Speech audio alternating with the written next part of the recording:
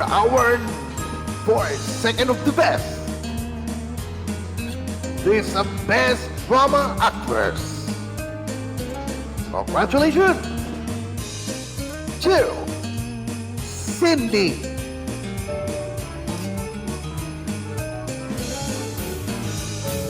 Hala, totoo.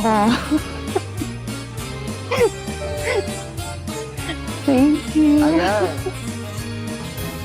Cindy. Congratulations, Cindy. Totoo. You got the best Totoo pronunciation ba to? award. Thank you. Umakyat ka uli sa slot. Congratulations! You got the best performance award, Miss Cindy.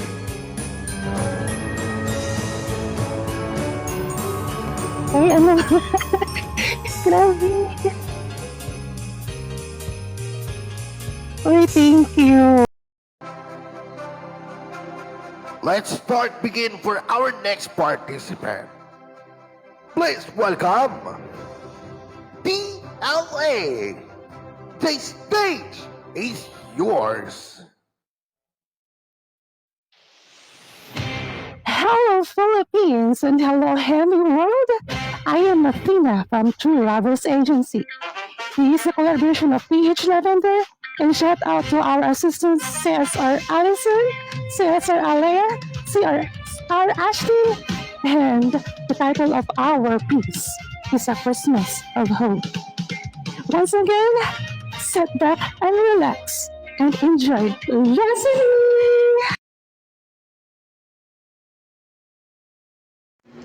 Hailey, wake up. Aalis na si Mama. Bantayan mo mga kapatid mo, Howell. Mama is at work. Ha? Lalo na si Cindy. You know naman how hard-headed she is, di ba? That is why, ikaw naman aasahan ko sa bahay. Don't worry, Mom. I can manage. Diba, I swear to you that I'm gonna be your best partner since Daddy's not here. But Mom, kailan ba talaga uwi si Dad at magstay dito for good? He's been abroad since I was 2 years old pa eh. 17 na ako ngayon. We have savings naman din. Kasi you never stop working even if Daddy is giving us enough money to spend for our needs naman. Oh, come on, sis. Di ka ba nasanay? Honestly, I don't care anymore kung uuwi si Dad o hindi.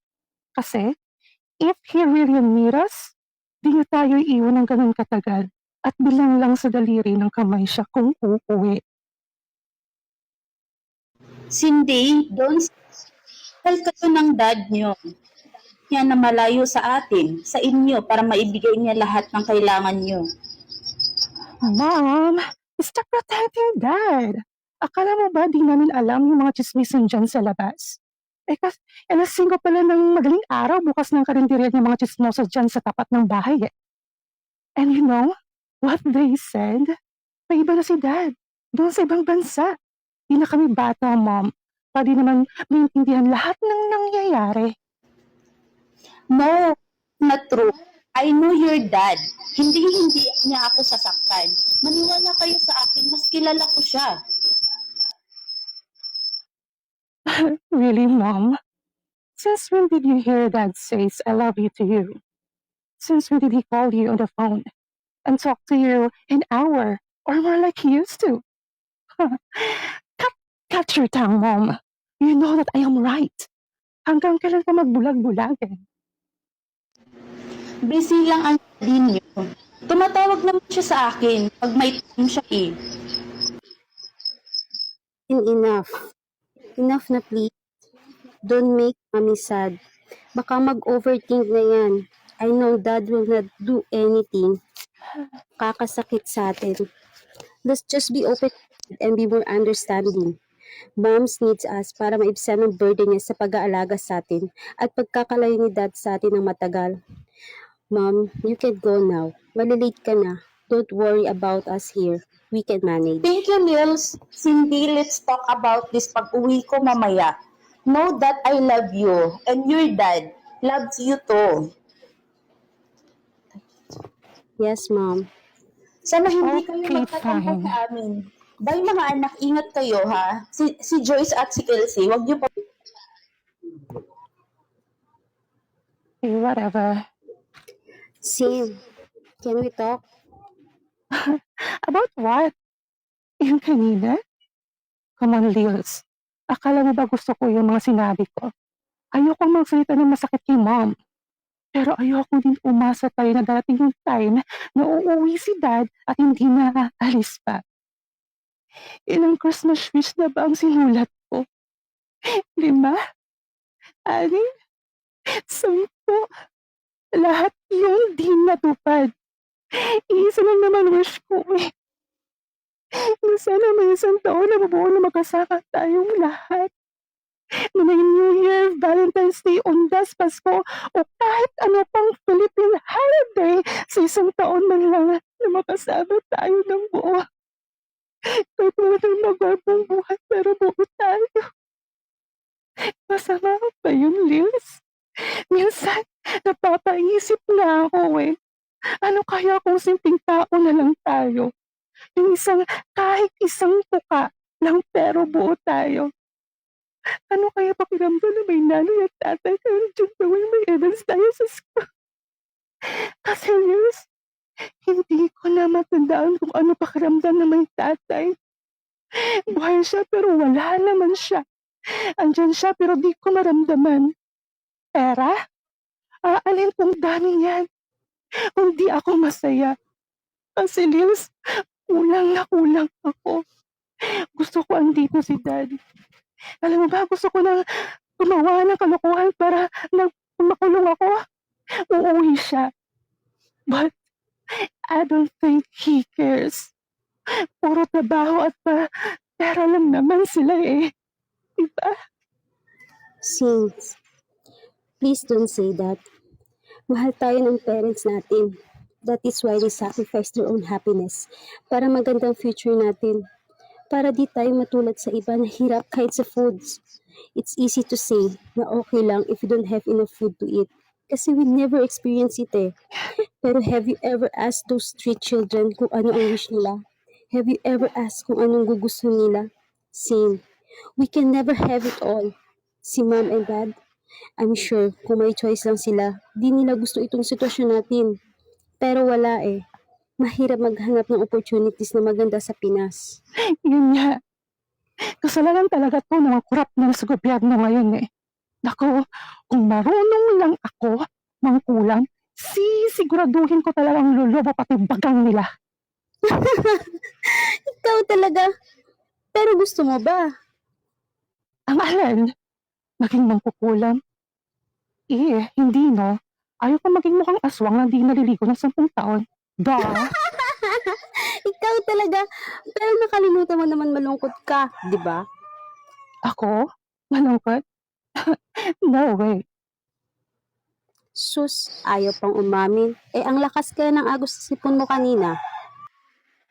Ew, you're so gross. Mas ka na nga dyan?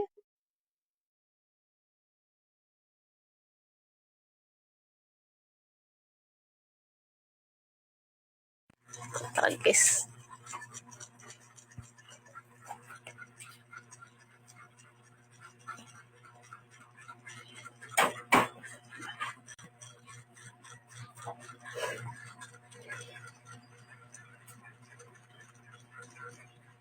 Oh, Joyce, may sasabihin ka ba? Ano, okay ka lang ba dyan? Ito. Ate Cindy, teacher said sa school kanina na we will have a family day daw po. We should bring daddy and mommy sa school daw po. Joyce! Daddy is not here, remember? Borrow ka na lang ng dad sa school. No, I want daddy kasi wala naman pwedeng ibaro na daddy sa school eh.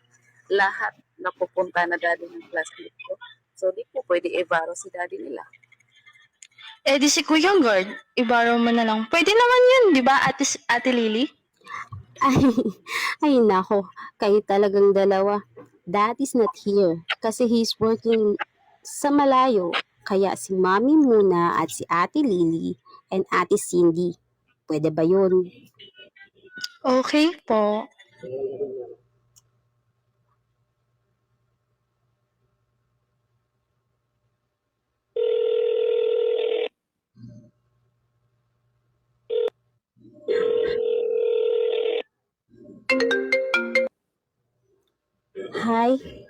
Hi, Tita Annie.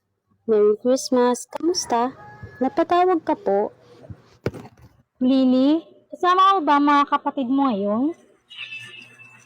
Yes po. Bakit po, Tita? Huwag ka sana mabibigla ha. Bills, naaksidente ang mami mo papunta sa trabaho. Sabi ng nakakita, parang wala daw sa sarili habang nagmamaneho. Ayun, nawalan ng kontrol sa sasakyan niyang bumangga sa nakasalubong niyang bus.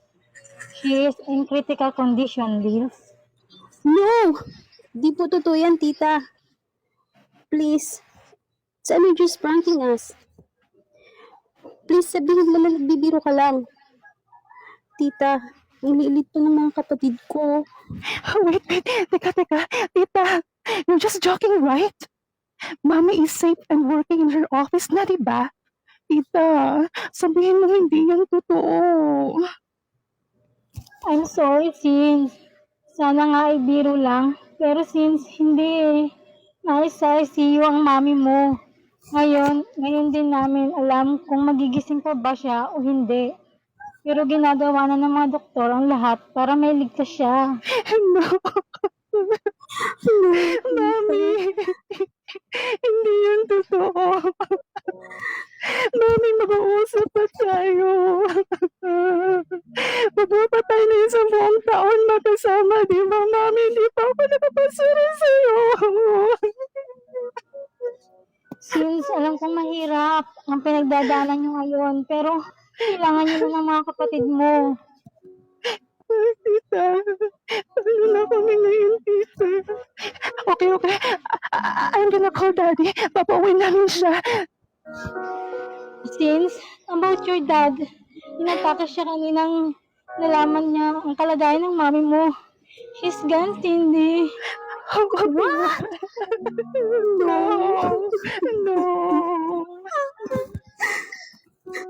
Tita, bakit na po kami nito? Kung ano yung kapatid namin? Tita, please. Sabihin niyo, meron lang ang lahat nito.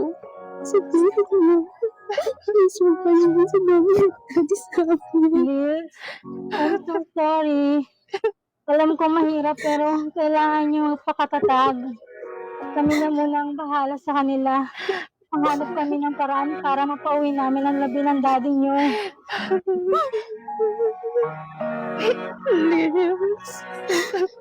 Liz, ang sama ako. Inaway ko si Mami. Pinasalitan ko ng masama si Daddy. Gusto ko lang naman makompleto tayo eh. Gusto ko lang naman may tatay akong masumbungan kapag inaawi ako sa school. Gusto ko pa makasama sa park kasama natin si Mami at Daddy. May pera nga tayo pero Liz, bakit ang kulang? Nabibili ko nga lahat pero di ko mabilang oras ng parents natin. Pero paano na ngayon? Paano naman iniwan na tayo ni Daddy? Hindi man lang natin siya nakausap ng maayos. Hindi ko man lang nasabi sa kanya na mahal ko siya at miss ko na siya. Na gusto ko andito lang siya kasama natin. Na dito ko na kailangan mapunta sa akin lahat. Oo lang tayo at makasama okay na ako dun eh. Bakit na ako katulad mo na sumama ang loob sa sitwasyon na to, Alice? Dahil ba nagtatampo ako kaya kinuha si Dad? Paano kung pati si Mami kung hindi nila? Alice, paano na tayo? Paano si Joyce? Paano si Kelsey? Bakit ang ano tayo ng mundo sa atin? Hindi na nga natin makasama sa kinuha pa tayo ng tuloy. Sin, hindi ko din masasabi lahat ng yan. Oo, matatag ako sa paningin mo. Pero pinakaya ko lang. Dahil ayoko na lamang malungkot si Mami. Nahihirapan din ako. Pero ayoko sayangin ang oras ko sa galit. Kasi natatakot ako na sa ikli ng buhay. Baka masayang ko yun sa galit at tampok. Hindi ko alam kung hanggang saan ko ito kakayanin. Lahat ng ko. Lalo na ngayon na nasa hospital si Mom. At kaya si Dad. Tapos ko, Yun lang may paghandaan natin.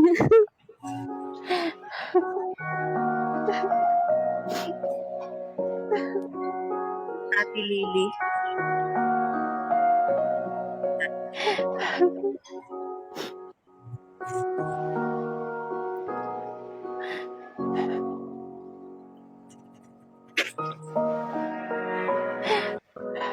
Kung sana, mas alam sana niya paano paliwanag sa kanilang lahat kay Kelsey at kay Joyce. Hindi. Kasalanan ko to eh. Mas inintindi at nilawak ko yung isip ko sa sitwasyon natin. Isa na maawak sa tempo si Ma'am. Don't blame yourself. Sin, walang may gusto sa nangyari. Naniniwala pa rin ako na may rason kung bakit naging ganito tayo. Na dapat mas piliin natin iparamdam sa mga mahal natin sa buhay. Na mahal natin sila. Malapit man o malayo. Malayo tayo sa kanila. Napiliin nating umunawa, magmahal at magpatawad. Kasi maikli lang ang buhay. Alam kong hindi pababayaan si Ma'am ng Panginoon. Gigising lang si Ma'am. Malaking regalo na yun sa Pasko para sa ating lahat.